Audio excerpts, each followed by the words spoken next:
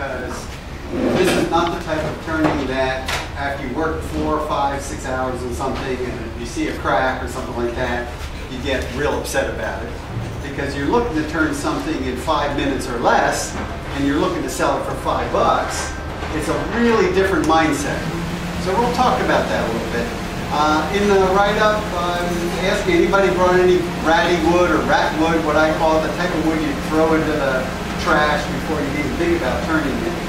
Did anybody bring a challenging piece? Oh, yeah? Mike has a challenging piece?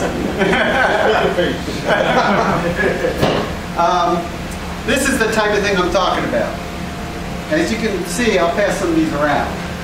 These are wormy, they're spalded, they're cracked, they're dogwood, but it's about as ratty as a piece of wood as you can get. Okay? You see what I'm saying? What's that? Come to your shop. And there's a lot of other pieces. The idea here, what we're talking about, is exactly what I'm passing around. That's what this used to be. Okay? Now, this is a birdhouse for an imitation bird, but there's a hole where the knock was on the side here. There's a perch, and it's a mushroom, and it's a birdhouse. So if you're selling something like this at a place like Spring Days or Lazy Days, it's $5. Now, someone paying $5 for this, it's kind of a lost leader, right? You've probably spent more than $5 making it. But the idea is someone walks into your tent, hopefully they see a $90 pepper grinder or a plate or a ball. The idea is to get them in the tent. And that's what this demo is all about. The things you can turn for fun that you could sell, give away of course as well, but it's to get someone in your tent where you can make purchases. And Mike just had a great sale recently, right? His neighborhood has a sale twice a year. Perfect opportunity for stuff like this. People will put this on their deck, they'll put it in their potted plants. As you can see, I have a couple of examples here of what I turned this week. And this is the type of thing that you would stick in your potted plant. So now you're explaining to someone outside your tent, I got things that you can stick in your potted plant and decorate the potted plant, or they can go into your garden and decorate the garden, or you can hang them as a Christmas ornament. A lot of these are light enough, put a little hook eye on the top, and you got a Christmas ornament. So you can use this summer in the garden, spring and fall on the potted plants, and wintertime hanging from the tree. And that helps get the conversation started with your customer outside the tent. You bring them in, and you show them what you really got inside the tent. That's what this is all about. So I passed some wood around. I'm going to show you a couple of neat little tricks. Some of you know about these type of drive centers. They're kind of a safe drive center with a spring-loaded point, but I always put mine on an extension. This happens to be a one-way extension. What this does is takes that point and gets it really far away from the headstock. So I mean, I'm really not limited with anything I want to do here with this drive center. The other option I have is if the chuck happens to be on the lathe, we have a MT2 by MT2 that goes through the chuck into the MT2, which allows me to make a chuck into an MT2 drive without taking the chuck off. Otherwise, you got to take the chuck off all the time. So going back and forth is faster. So if you're going to spin a piece of rat wood, put a tendon on it, you'd have to take your chuck off first and put a spur drive in, or you'd have to have a spur drive for your chuck. One of your two options. So this is, all this is modified. We had to grind this down a little bit to get this to fit through the chuck jaws. So come and ask me about that later. Here's something that I give credit to Mike. Mike says, you see my point tools. My point tools look like this.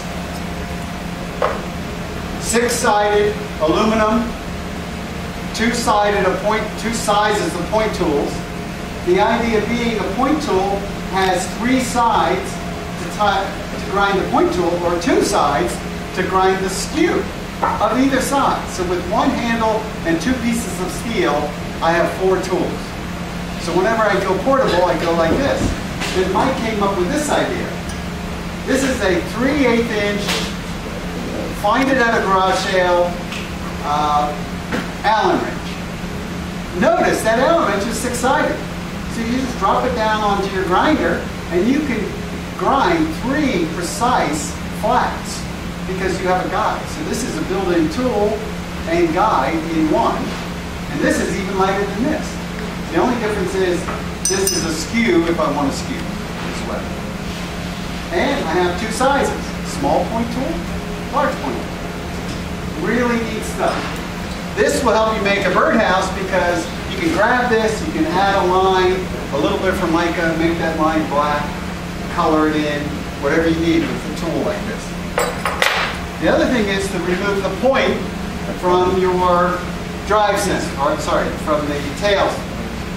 And the reason for that is now I have a cup size that's the same on both ends. So I can flip the piece around very easily. And when I flip it around, it's exactly on. Okay? Now, somewhere here I showed what Mike demonstrated the other day. Mike's demonstration went so well, he gave us 3 pieces of practice wood. So I said, okay, he's telling me to do this, off center. Then he's saying, do this, off center and finish up the handle part. Then he said, go back to centers. So I did all 3 pieces of poplar, which he gave us in his little kit. And finally, I come up with the finished piece. Now, other than my friends teasing me that that looks like a penis, which it does, I don't deny it, it makes an awful nice corkscrew. And you have the option of putting the corkscrew through this end where these points are up and down, or where these points are side to side.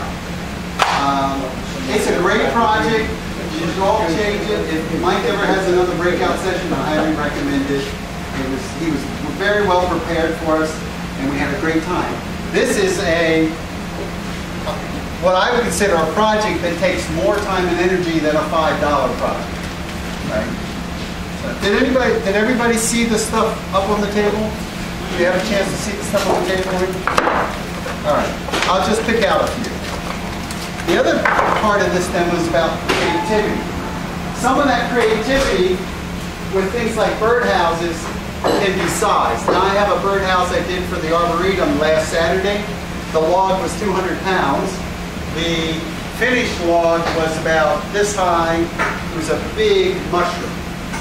And this is kind of a medium size, right? Basically a mushroom, piece of cedar.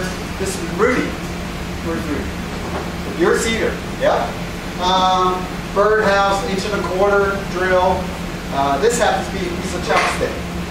So chopstick works real good for stuff like that, right? So working your way down, you can do things like this. This happens to be cryptomeria, which I got from friends of mine. This was maybe 1 week old. It was very, very green. Water was flying out of this. But cryptomeria came from Japan 30 years ago, and their tree was 16 years old. So I had some pieces of this. The darkness of the wood, and notice you don't have to take all the corners off. Not all pieces have to be round. So quick turn, right? Not a difficult turn. This, everybody recognize that? Golf tee. Yes. Yes. That's a golf tee, and that's the newfangled golf tee. But it makes an awful nice perch. Right? Hey, I'm thinking $5, right? If I have to turn the perch, I have to charge more. 6. Okay, and then of course getting smaller. Here's a birdhouse in a mushroom. And I've been doing more of those because people seem to like either mushrooms or birdhouses and get both. Then there's other kits that I've been doing with my friend Matt, who has a laser. So I turned this piece, which is a 2x4, It takes less than a minute to spin this high speed and turn that curve, and then another 30 seconds or so to cut the grooves in the ends for the wings and the tail. But it makes another great item for out front of your sales tent. And I'm not intending on putting all the airplanes together. I'm intending to give them a plastic bag with the kit in it, so this becomes a father-son, mother-daughter, father-daughter type project that they put it together, paint it. So that's the type of creativity I'm talking about. All these birdhouses started out with this, which is basically something that came from Mark Soleil a couple years ago, where he was turning pine, crappy 2x4 pine, and turning it so cleanly that if you put 320 on it, you'd dull the surface. And I liked that ability. I didn't have the ability at that time to do that. I was more or less peeling at the time. So I invited Mark Soleil over to the house, and we spent a whole day just talking about slicing. And I will talk about slicing a lot, because I think it's important to know the difference between a peel and a slice.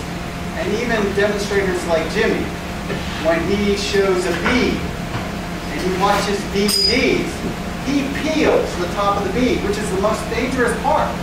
If you're putting your tool open face and the wood's coming down on it and you're trying to do a bead, that grain's running this way, you'll just peel those pieces right off the top, especially with things like pine. And I think a slice makes more sense. And I'll talk about that here when we do some of this wood. My intent here for $5 piece is to take it off the lathe and drill a hole, put a stick in it, it's ready to go. Right? I'm not going to spend a lot of time, if any, sanding. So that's the goal here. And then of course you can get a chunky piece of oak branch, turn it a little bit off center, and all of a sudden you have a little bit of bark, which gives it a little bit more character. Some of these have more character than others. This one I just did just the other day. Paul was there, and he found this egg. And I said, hey, that might just make a birdhouse. And heck, eggs, birds, what the heck? Oh, no, I'm not going to turn a bird. The egg will make a bird. So, this also leads to this type of projects where you learn to turn off center and off axis. So we'll talk about that only if we have time. Or ask me after. Because there's some projects here that have to do with off center and off axis turning. Most of this won't be. It could be if you wanted to take that extra time and charge more for your birdhouse. All right. There's other things to talk about that I introduce as we're going. So, someone got rat wood out there? Those pieces get around? Where did they end up? Ah. All right, someone pick one. Number 2? That's ratty. Yep. Okay. All right, so, safe center.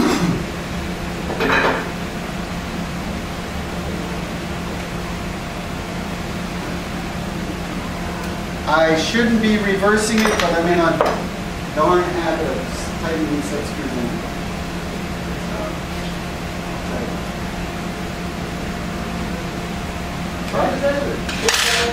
Excuse me. Is that, you got an adapter on that? Yes. This is actually a one-way piece, and I highly recommend it. It's worth 50 or 60 bucks. You will use it a lot more than you think. One is I had one-way modified for me, so I talked to Kevin, the owner, engineer, and God, is her name Connie or Cindy? Connie or Cindy, the sister. And they milled an MT2 in this. This does not come with an MT2. But to me, it didn't make any sense not to have an MT2. So this is MT2. They milled that at one way and sent it to me. All right. Now between centers, do I have to punch? Do I have to find a center? No. Nope. In fact, I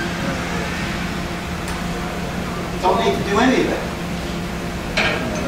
All the way in here. So you get a longer bed. quite down. I can move that. And could I go off center here if I wanted to? Sure. Could it be more interesting? Yeah, absolutely. No, one is between centers like this. It's not going to.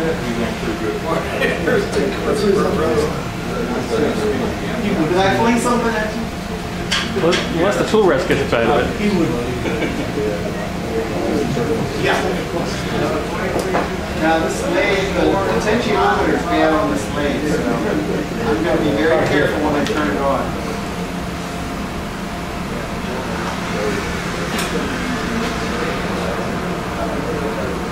All right, roughing gouge. Does it look like a roughing gouge? A little. Right. What's special about it? Right. So instead of turning your roughing gouge to the side to get a slicing cut, this is built in. So the slicing cut's built into a tool like this. This is why you might choose something like this. So I'm just taking a little rat.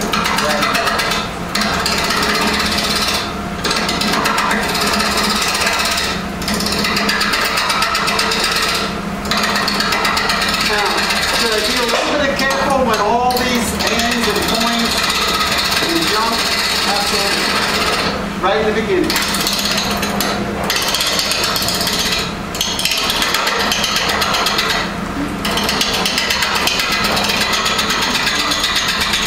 Now this happens to be a piece of dogwood from my own property that was sitting outside after this cut for about 2 years, and there was just a huge pile of sawdust on the bottom, so I knew it was really nasty stuff.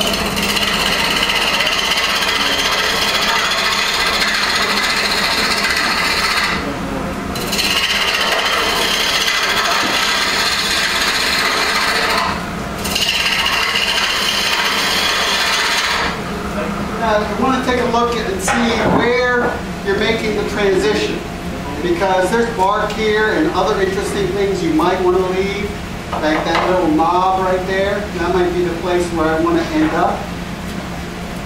And that would give me plenty of space for the upper part of the mushroom. And then below that knob could easily be the body of the mushroom, and then I'm going to leave all this. All right?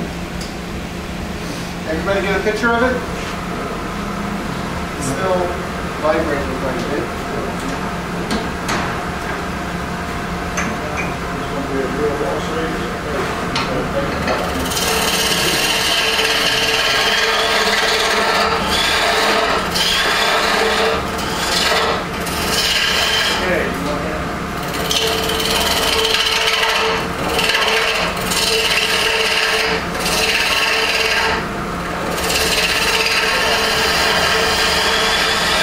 I don't know if normally you can see that the wood's coming down on this edge, and that's what's giving the slicing cut, right? If I had a roughing gouge and it's flat across the front, and I'm rubbing the bevel as I lift the handle and engage the blade, I'm peeling.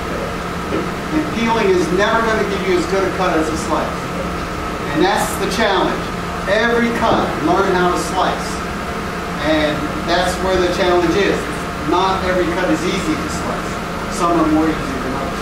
This particular type of roughing gouge really has an advantage. But you can do... That way, or did you grind it that way?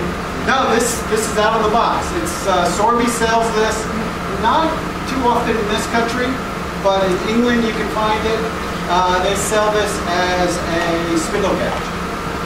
That's what they call it, a spindle gouge. And I have 3 of these. 2 of them have been turned into normal roughing gouges. And I like this one quite a bit for this type of thing. If I'm really roughing, I mean long handle, large piece of wood, Thompson roughing gouge, and I'm removing a lot of material straight on, I don't care if I'm peeling. And I'll use a tool like that flat across. You can also take your roughing gouge and you can turn it to the side, which even gives it more than that. how would you define a slice? Anybody have a definition?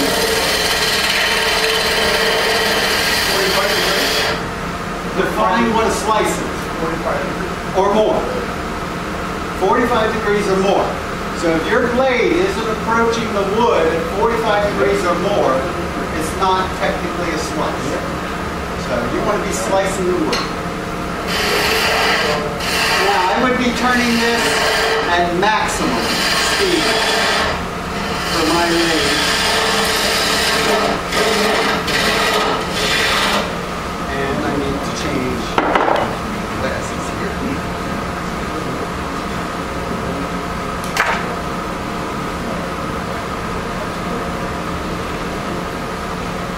Okay.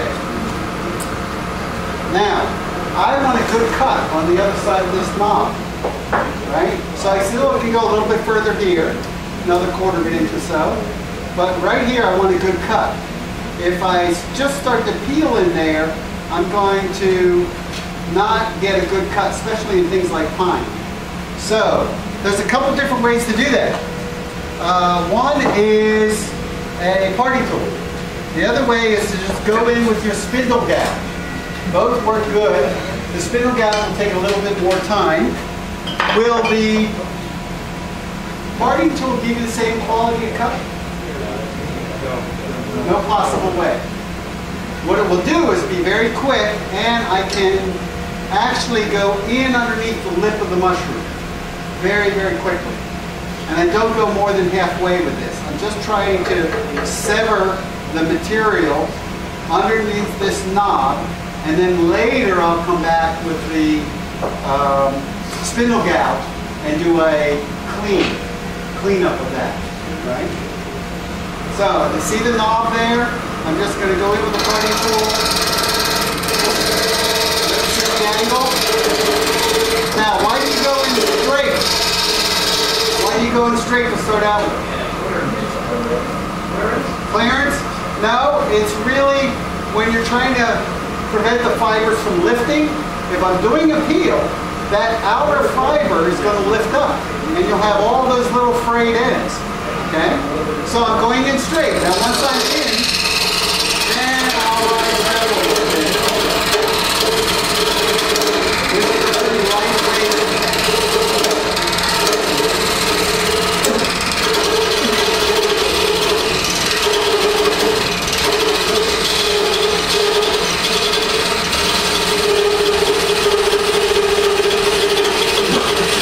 Like I said, not more than halfway. Now I want to decide where the bottom is. Do I want to do it there? No, I'm going to leave that. So right about here is where I'm going to go in. Now, this is what? This cut is really two things. It's defining the bottom lip of the mushroom, but it's also a clearance cut, right? So now the wood is not going to peel up into this area because the fiber's been cut here. And Alan Batty would make V-grooves all across his pieces, his spindles. And he's basically giving himself a clearance. And that clearance for those spindle gouges to come in and go around those beads and everything, and all that wood's, the risk has been taken away. Because if I come across here with a spindle gouge, and I get to this point, it's just going to lift going that way. Right? Okay, yeah. You say go in halfway, half one. Well, if I went in too far, this piece is going to get wobbly. It's a spindle. Okay. So at this point, halfway, notice all the bark, all the places where I didn't want to lift the bark, and this goes with all those tender bark projects you got, I didn't want to lift it. So halfway and directly in with, now later I'm going to come along with this, and I'm going to use it like a parting tool, but at that point I'll have clearance over here. All right? Next thing is base and clearance. Questions? Yep. Okay.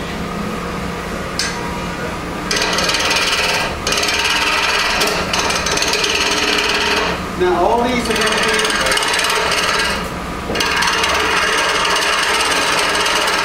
they're all going to be slices.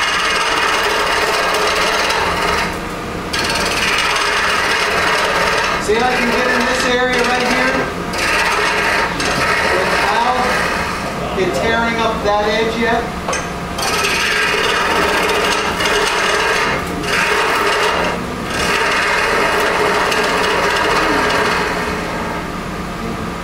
And I don't want to get too close to this, right there.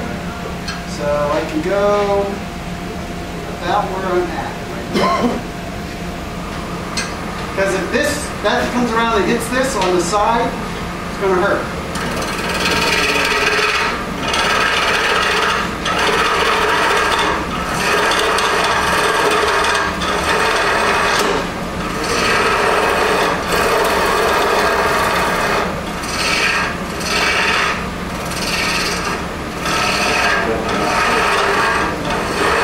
Now I'm looking for a curve here.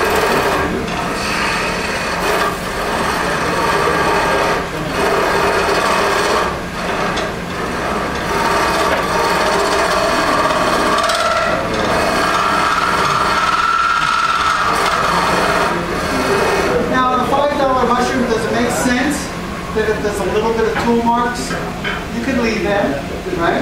But I'm going to show you how spindle gouge versus roughing gouge, how you eliminate that. And it's really a slice that you take your time on, that final cut. That's what you're looking to do. And then I'll narrow this down, and then I'll show you a couple tricks about getting this ready for sale. And that's going to be it. First I'm going to do this critical edge right here. And you got to look down on the piece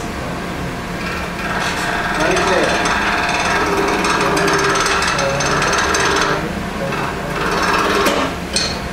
See? Actually, I'm too far away.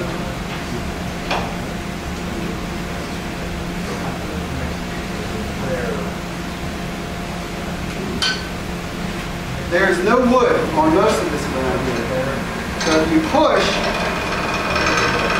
I'm pushing down on the tool, pushing down, not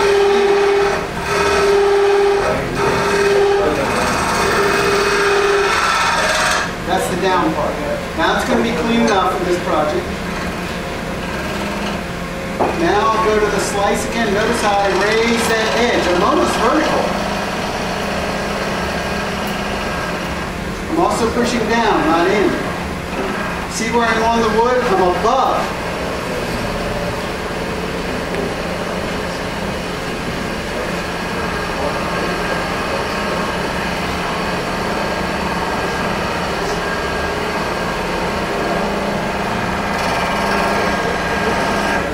That's it for that piece. Yes. Yes, because with slicing, and I'll show this when I do a bead on a birdhouse. If you're doing a bead, instead of doing this and watching that bead come around that top critical part, and you turn it this way, I can get that top surface smooth as can be. And then, instead of what Jimmy shows, and Jimmy's beads, he shows beads all the time. He starts like this, and then he turns, and then he's straight at the bottom of the bead. Well, the difference is, I start like this, and I'm just going around the bead. So I don't have nearly the same complicated motions that he makes look so easy. But when you're teaching beginners, they need to see something that works, they don't rip up their bead, and something that gives them the results and something they can manage as far as movement. Because, Frank taught me a lot of what I knew in the early days, and I see some of his movements. He's starting out like this, and then he's over like that, and then he turns it this way, and he goes that way. And that's a lot for a beginner to visualize. So I'm going to speed this up a little bit if I can. Normally I'd be spinning, turning a lot faster. Again, I'm putting pressure down. See how high I'm on that angle? Watch the shadings.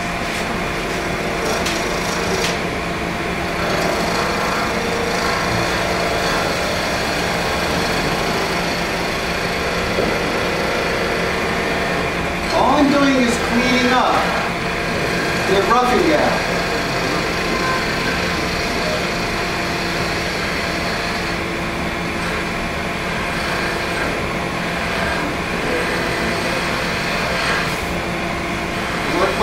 across.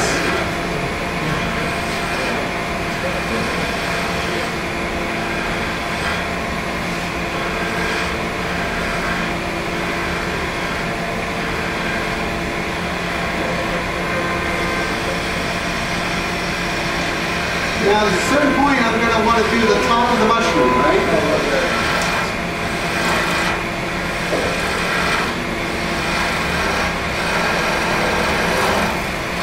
This is where this spot, and this center works out good. Look, I can put my tool right up against the steel there. See that?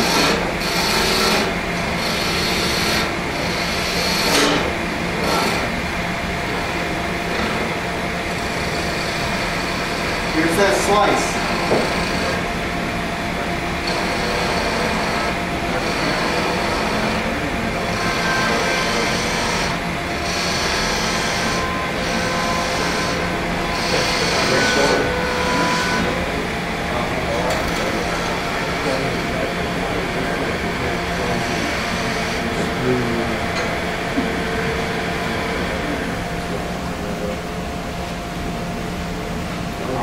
Great wormholes there. All right, now, this is basically ready. I want to show you another tool. We have power here? This is power, right? Okay. Anybody use these? Okay. Do you use it for removing the nub? No, I use it for carpentry. For its intended use. All right, let me show you a little something. We used to have a Japanese saw that was more than this whole thing cost. Make sure you get power. These are what, $14 now? $25? Under 25, right? I modified this one. This one's bent. See it? Just the corners are lifted. When you see this, you're going to imagine all these times you were farting around trying to get the nub off on a concave type project. I just put it up a little bit, turn it on. I don't know if it's here. I don't know if these are live or not. That one isn't. It's on. Yes, yeah, I'll try another one. Yeah. Must be a breaker or something that's not live. Makes a difference, right?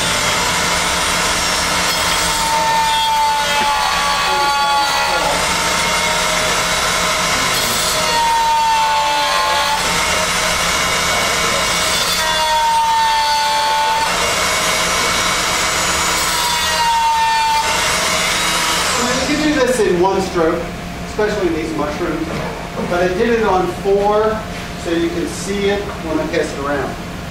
Basically, that's easy to sand, but it's rougher than it would be if I went straight across. And when you go straight across, walk up to your belt sander and just touch it. The basic, oh wait, there's one more thing I want to show. Sorry. Now, even though I took that off, can I do this? Probably, yeah. Okay.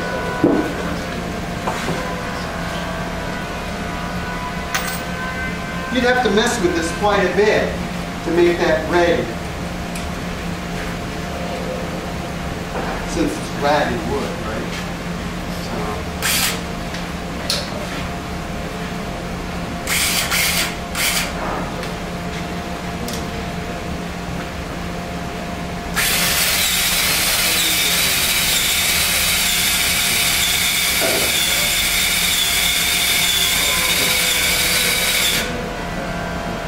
One way, drill both directions.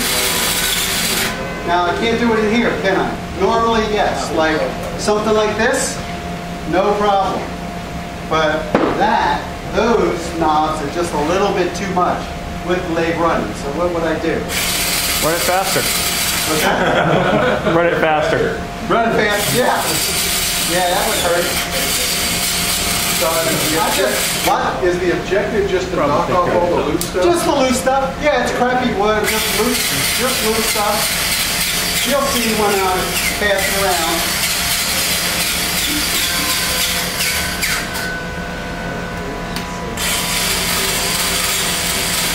This is basically 80 grit fingers.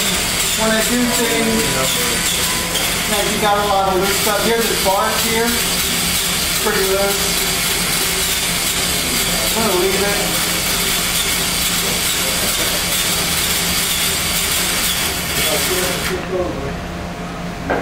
It doesn't feel so flaky now.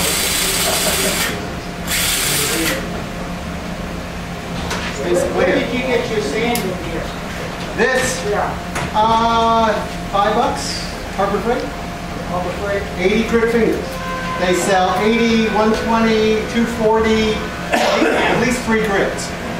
And I use them a lot, but I use them generally a little higher speed on an air system.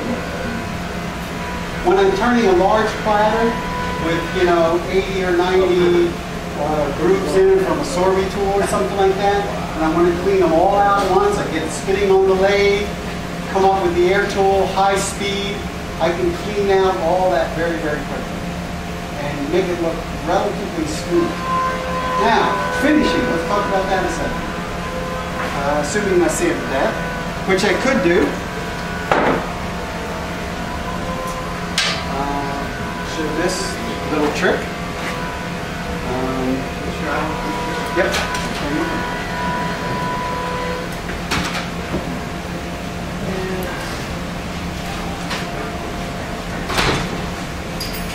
This with a number of different tools. I have an adapter that I didn't bring. So I'm going to go to this next.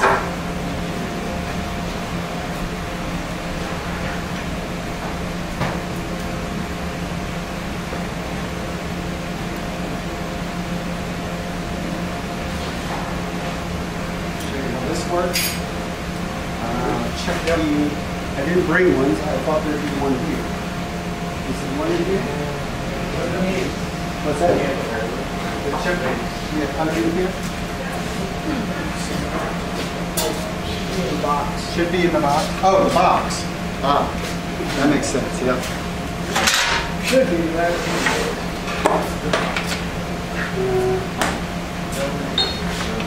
There's one here. Nope.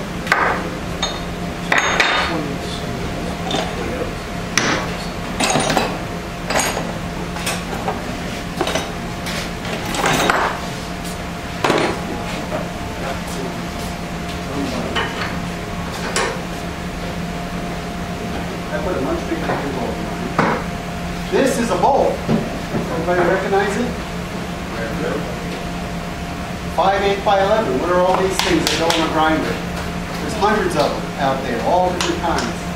5/8 by 11. It's a bowl, right? The bowl goes against your MD2 in the back there. No wiggle on this end, right? What holds it? Are those chuck draws pretty true? Pretty true, right? So, pretty inexpensive way not to take your chuck off. Go into sanding any speed you want, right? Now we technically could do this pretty easily, right? Little bit of safety here. Put this down. Last thing I want is elbow. Right? I can do this type of sanding, right? And very quickly clean up something like that. That's one way of doing it. This happens to be 220 on here.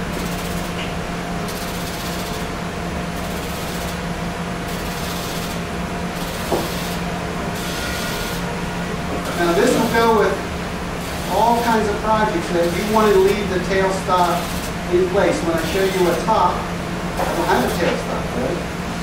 So I don't really have to worry about that.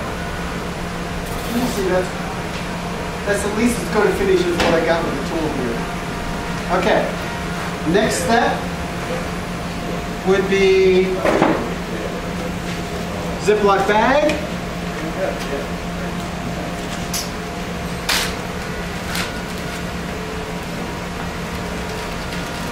See if it fits. Look at that. Magic elixir. All right.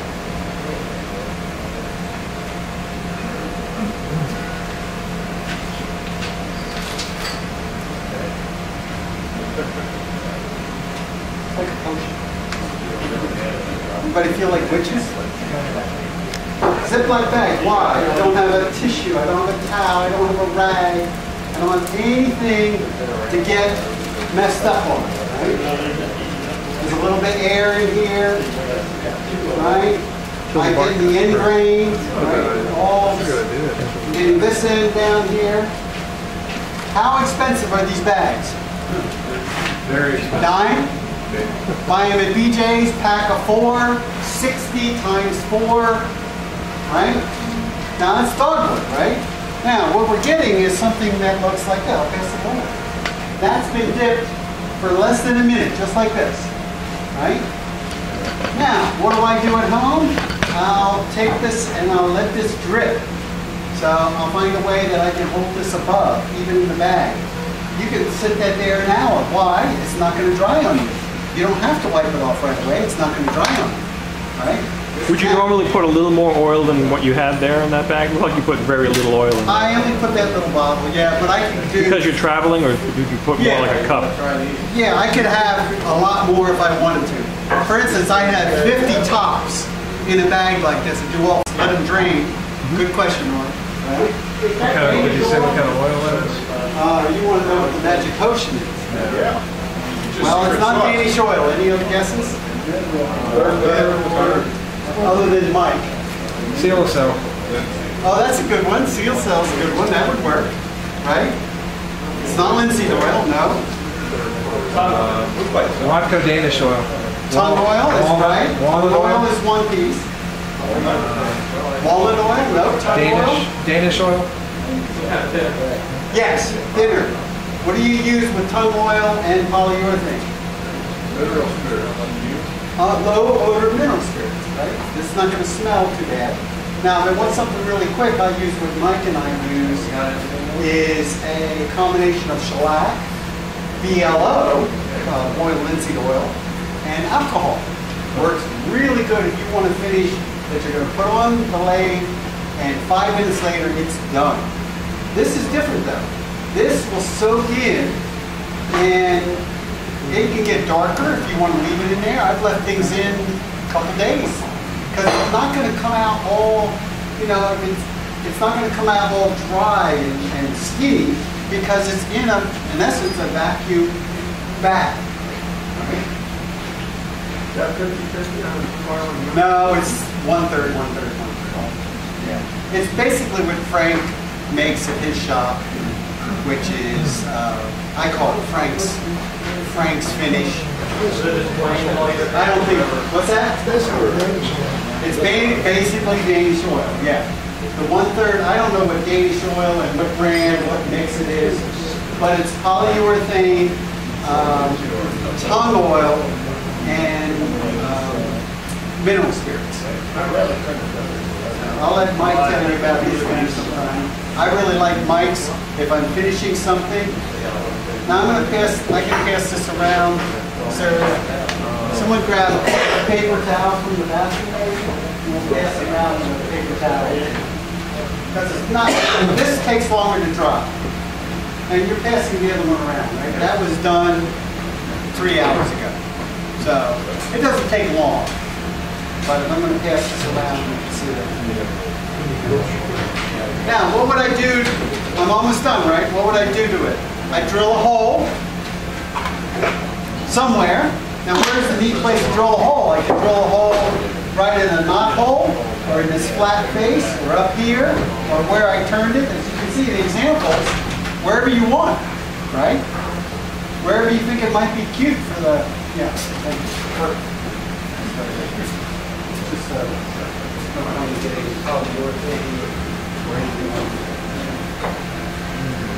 Okay, we're going to do a... Todd, do you have a stopping point where we can do a 10-minute break on this gallery? We're going to do a top next. So we're going to talk about tops. Come over and try some of these tops. They're in this box, and there's a plate here. Try them, see which ones you like. Because there's a formula I've worked out that seems to work best, and I'm going to share it with you. Okay, we're going to do a 10 to 15-minute break, and we'll do the instant gallery. Yeah. Todd, would you reclaim that oil? Use it multiple times? Oh yeah, sure. Yes. But if I'm not going to use it right away, I'll just either cut the corner and put it right back into the bottle. But surprisingly, it will last quite a while. Ziploc bags, guys.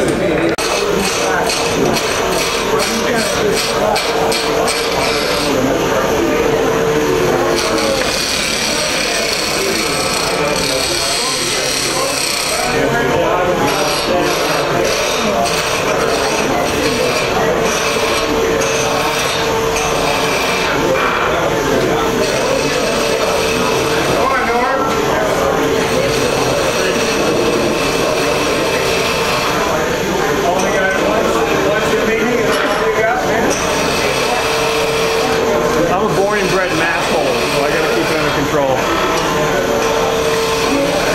I'm not doing a very good job. I know. I didn't say I picked that. Just keep it under control. So what you making, Todd? I'm going to make a top. Sawdust. This is what you need to see. This is slicing where it's finer than, this is not rapid. That's what you want to get to. I'm using a spindle gouge, but I'm almost vertical. See, I'm using what's the sharpest edge of this is the side, because you don't use it as much as the tip or a front. So you can get really vertical on that. See the cut line? Move your body.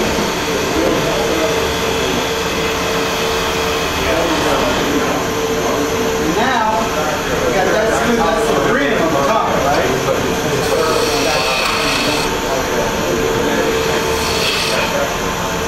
Hardest part is getting started here, where the tool wants to escape. My formula seems to be about a little bit more than half an inch on the slope of the top.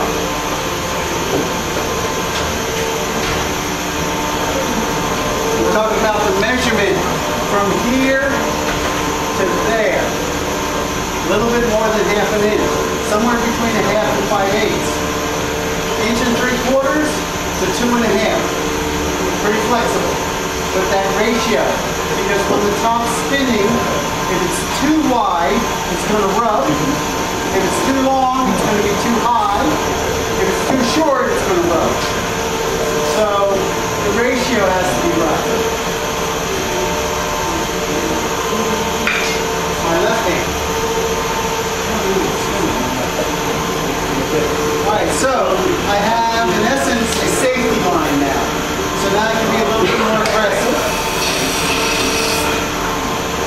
Put my cut edge right in there. This is not a peel.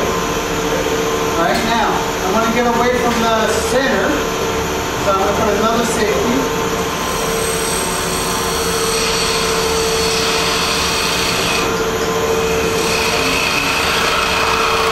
Now, where do I aim for?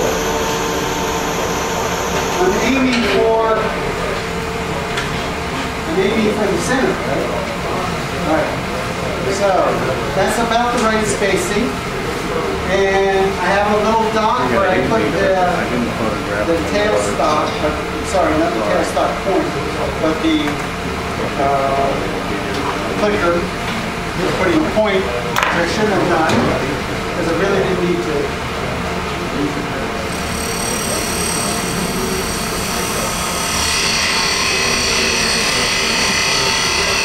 Now this is only being held about 1/8 of an inch, and there's no side on that. So if I'm not careful or too aggressive without the tailstock, it will become a flying object. Now see on heading toward the center? That's the thing about the slice. Eliminate the waist, and now slice it right through the center.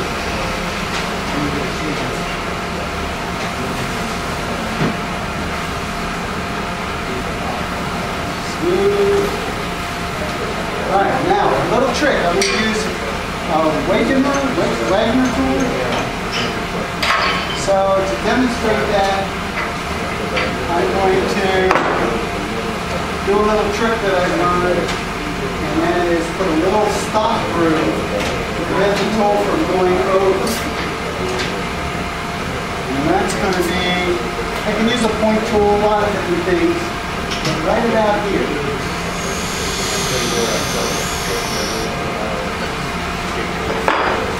And then I'm going to take this and remove just a little bit of material right here. And the reason is, this cute little gizmo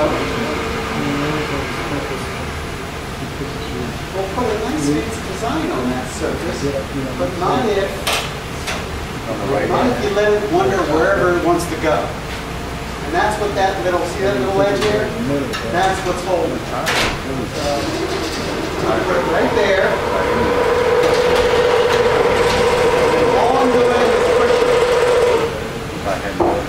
Does that look taut?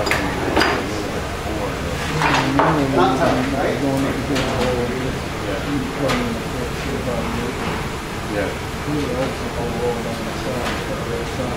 That's the first place you can have the kid do it, right? Can everybody see that? Yeah. Right? That adds a couple bucks right there. It's not hard to do, but once you learn how to cut this cleanly, put that little stop there, because if you don't, guarantee that tool is going to want to go this way, then that way. It's just going to mess it up. Now, no big deal, take another 1/8 inch off, try it again. But once you learn, put that little stop there. Now, can I take a purple marker?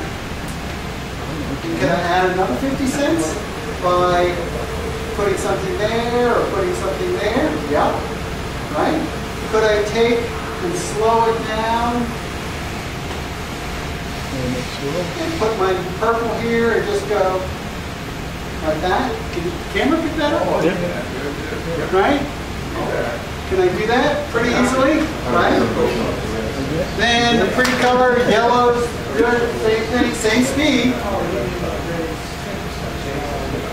I don't think yellow's going to show on this. Let's try blue.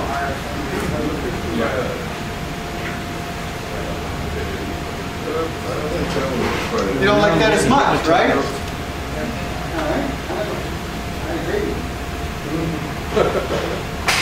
All right. Now, could you decorate this edge?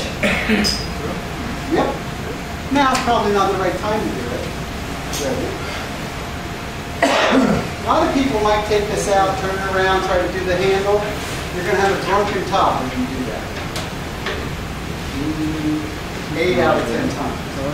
Drunken tops will not spin without wobble. But if you do it this way, where you cut the handle out of this wood, and you do it carefully, meaning I'll do it without the tailstock, but you could do this, especially if you are doing these quickly.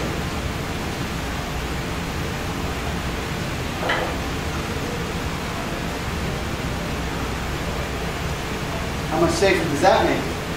And does it really wreck that top? No? Okay, so now I'm going to be more aggressive. And I'll do it all with one tool. Spin it.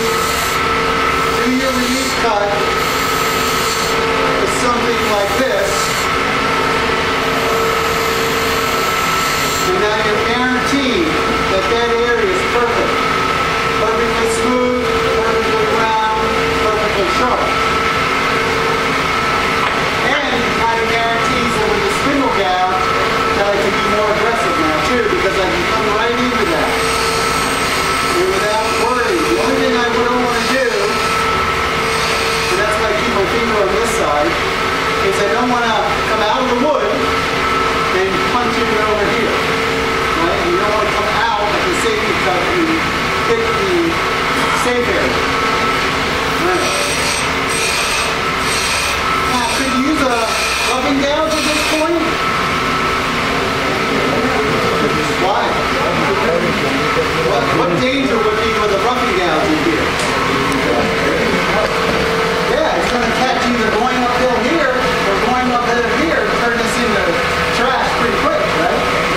No roughing gouge. Right, no roughing gouge.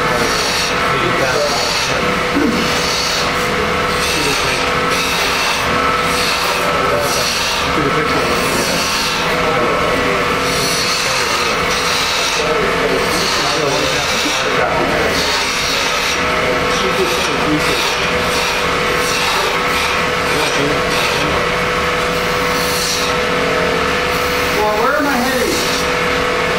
Right here, right? If I made this whole handle,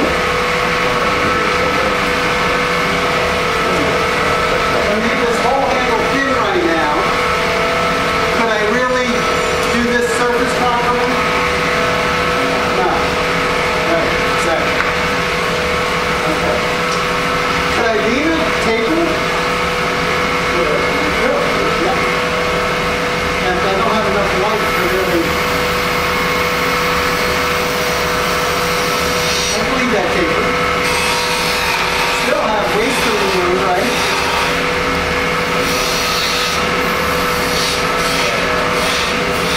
That's why all the Thompson tools, it might sound like a plug for Thompson, but Thompson's tools are thick, right? That's one of the things. If you look at their, let's see, this one might be a good example. I don't have a detailed gouge here. That's a super detailed. They have a spindle detail and then a super detail. And there's barely any fluted, so it's all steel.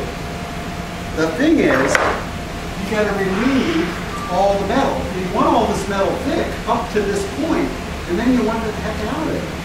Right? You don't want any of it there. So you'll notice, and I'll have to open a couple of these up if I haven't yet, that every single tool that I buy from Doug, I'll relieve that. That's a bowl gap. I don't know what's in here until I open them up. This is how I travel with them, see? So when you build your own handle and you have your own collet and you can slide it in, they're safe, right? If I drop this on the way in and out of the bag, it's not going to hurt anything. It's not going to hurt me, it's not going to hurt the tool, right? See how relieved it is?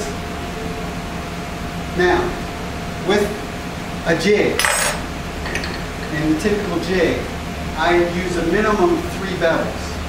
Always 3. The first 2 are just relieving the steel that's in the way. The only one that's critical is this last one I put on. That's the real bevel. That's the one that I steer on, right?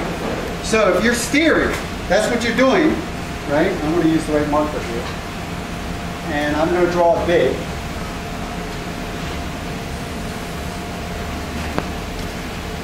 And you have a concave grind, right? And you're rubbing this bevel. Where's the bevel touching? Right. That's marring the wood. You're not going to get a slicing cut perfectly smooth if you're marring the wood up to a ½ inch away. And any little movement, if I move this end this way a little bit, I got a ½ inch of a fulcrum here. But if my bevel technically is there or there, and this is relieved, then none of this is ever touching because I'm cutting in this area. That's what I'm looking for. And that's why Al and Batty and all these guys, even Mark Soleil, have tools that are really cut back. And that's why the standard sharpening jig that gives you a fingernail grind gives you a large concave, especially with a Thompson tool, because it's thick here. It's a large concave that if you're touching that, you're compressing the fibers. Compressing the fibers, harder than sand. You want to be touching, but only 1/8 inch. Some of my tool bevels are probably less than that. And I would say Mark and I both agree that if you convex instead of concave this grind.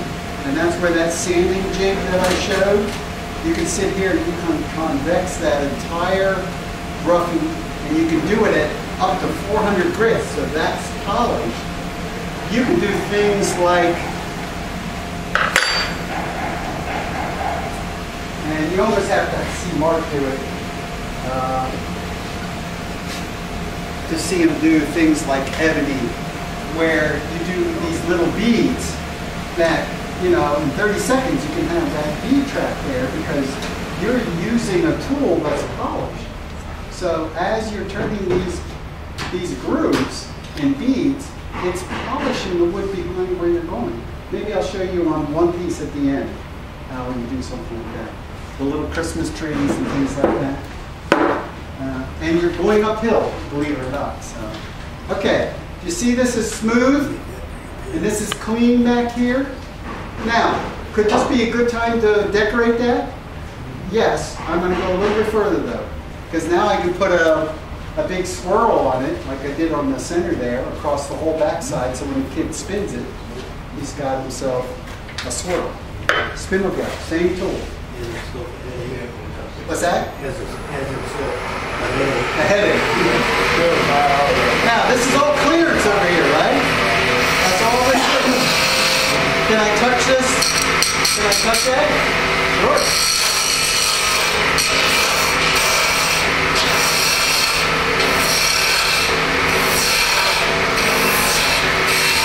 Why do I want clearance?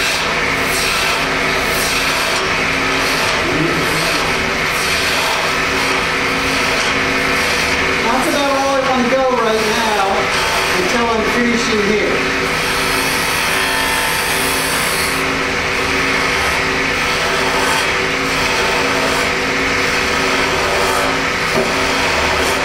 Now you come down to the handle. I'm going to continue this.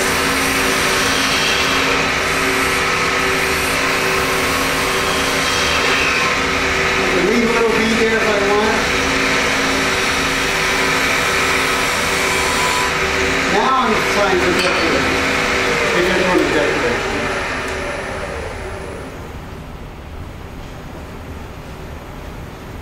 We found we like blue, we like green. What do we got? Mostly red and blue.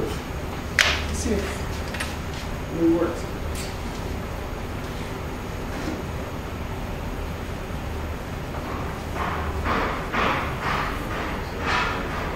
That worked. Okay. That fits.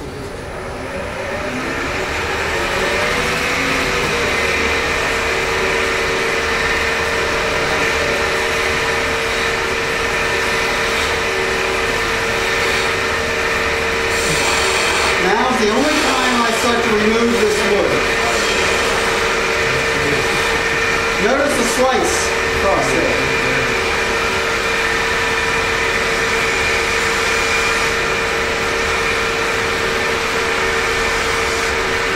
And some more. See the shavings? It's going to be long enough, so I got my clearance. Now I'm just going to put a little ball in there.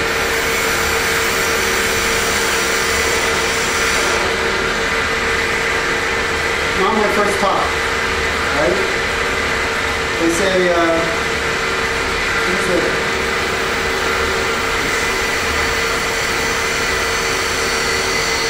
See how I sliced it right around? Okay? I'm going to go in there and just remove the least amount of possible here.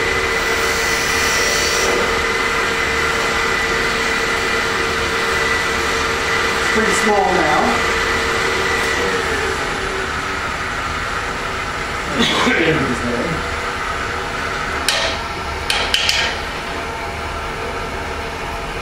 Now I turn it this way.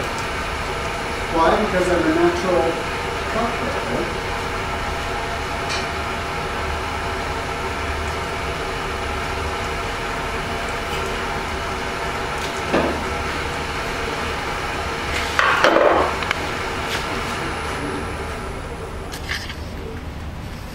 lot of fun. You can turn out.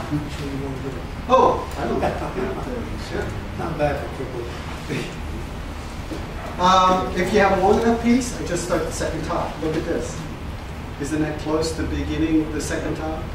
So, you know, 2 tops, the piece is a little bit longer. I could bring the tailstock up again, do the second top. Questions on tops? Okay. Run over your formula again, please. Okay. I don't know what the actual ratio is, but the tip 1/2 inch to 5/8 inch is the amount of wood that exists between your rim and the tip. So at least, yes. Oh, sure. Yeah. So I have a little cheat sheet right here. They teach business class They teach what?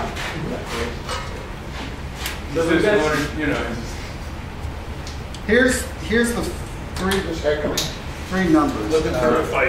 1/2 inch to 5/8 inch tip. 1 1/2 inch to 2 1/2 inch wide or rim. 3/4 to 1 1/4 handle. Now, obviously, if you're making a smaller top, you're in this range. If you're making a larger top, you're in this range. So your tops, if you make it too big, they're too hard to spin, too much mass. They don't spin longer because unless you have one of those strings or something, you're going to pull it like that. So there's no real advantage. I was just looking for the top. Hey Todd, one thing I did a lot of top drawback is if you can put the mass to the outer rim. Yes. So instead of just doing this, you actually do a little of this on the Yes. outer rim. You'll get a really long, smooth spinning top. Right. So just dish out so that the outer rim is the heaviest part. Yes, and you can surely do that. I have some tops that I did like that, and I played with them and compared to the others, and I haven't seen a whole lot of benefit in doing it, but I believe that it does make a difference if you get more weight around the outside. But you have to start to think about, is it worth that trouble to carve that wood out there and make, in essence, your handle maybe a little bit more flimsy? But It doesn't have to be completely dished out, just that the outer edge is thicker than just what's right behind you see it. on the one I'm passing around, it's just the opposite. It's thick in the middle. But that top will spin in battle pretty well. All right, so I wanted to show this combination here that the chuck is on. See how that goes to the MT2? Right there.